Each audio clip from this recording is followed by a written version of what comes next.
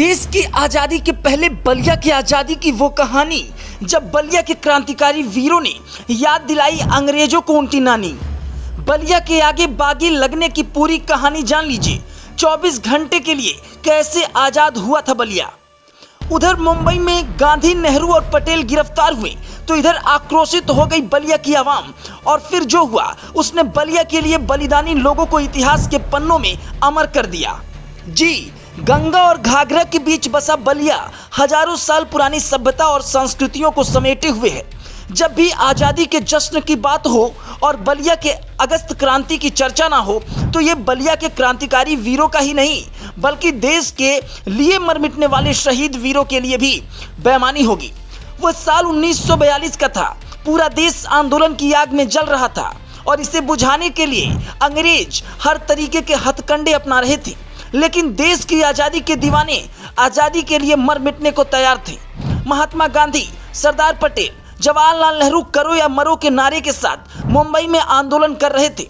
उनके साथियों समेत इन तीनों को गिरफ्तार कर लिया गया, लेकिन गांधी ने एक बड़ा संदेश दे दिया कि अहिंसा का रास्ता मत छोड़ना। बस फिर क्या था, यहीं से शुरू हुई बलिया के अगस्त क्रांति की कहानी। दरअसल बलिया की आजादी के दीवाने यह समझ ही नहीं पाए कि करो या मरो के साथ अहिंसा संभव कैसे है, लेकिन कहते हैं ना कि कुछ बातें अगर समझ में ना आए तो ज्यादा अच्छा होता है। बलिया की यही ना समझी बलिया को बागी बना डाला। 1942 की 9 अगस्त की वो तारीख थी जब बलिया खुद को बागी बलिया बना दिया और पूरे देश के क्रांतिकारी वीरों को अन्याय और स्वतंत्रता के लिए लड़ना सिखा दिया। और इसी तारीख के बाद से देश में जितने भी आंदोलन हुए उन सब में बलिया ने बढ़ चढ़कर हिस्सा लिया। तीखे तेवर, फौलादी इरादे और मातृभूमि पर मर मिटने का जज्बा बलिया वासियों को विरासत में मिली थी।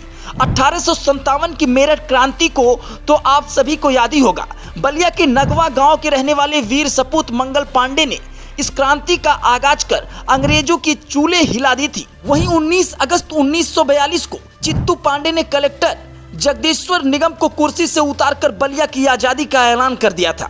जी, चलिए आपको बताते हैं 9 अगस्त 1942 से 19 अगस्त तक की पूरी कहानी। 9 अगस्त गांधी, नेहरू और पटेल की गिरफ्तारी होते ही यह खबर बलिया में आग की तरह फैली और लोग आर पार की लड़ाई के लिए तैयार हो गए। 10 अगस्त सुबह होते ही बलिया में भारत माता की जय के साथ पूरा बलिया गूंज गया और इसी के साथ जन आंदोलन की शुरुआत हुई। 11 अगस्त लोग जुलूस लेकर जिला मुख्यालय पहुंच गए। तत्कालीन कलेक्टर जगदीश्वर निगम डर गए और उन्होंने बरतानिया हुकूमत को बलिया की आजादी की सिफारिश कर दी और इस बीच पुलिस ने आजादी के कई दीवानों को गिरफ्तार कर लिया। 12 अगस्त पूरे जिले में बगावत चरम पर थी और इस बीच पुलिस ने एक बार फिर जुलूस में से 30 छात्रों को उठा लिया और नंगा कर यातनाएं दी।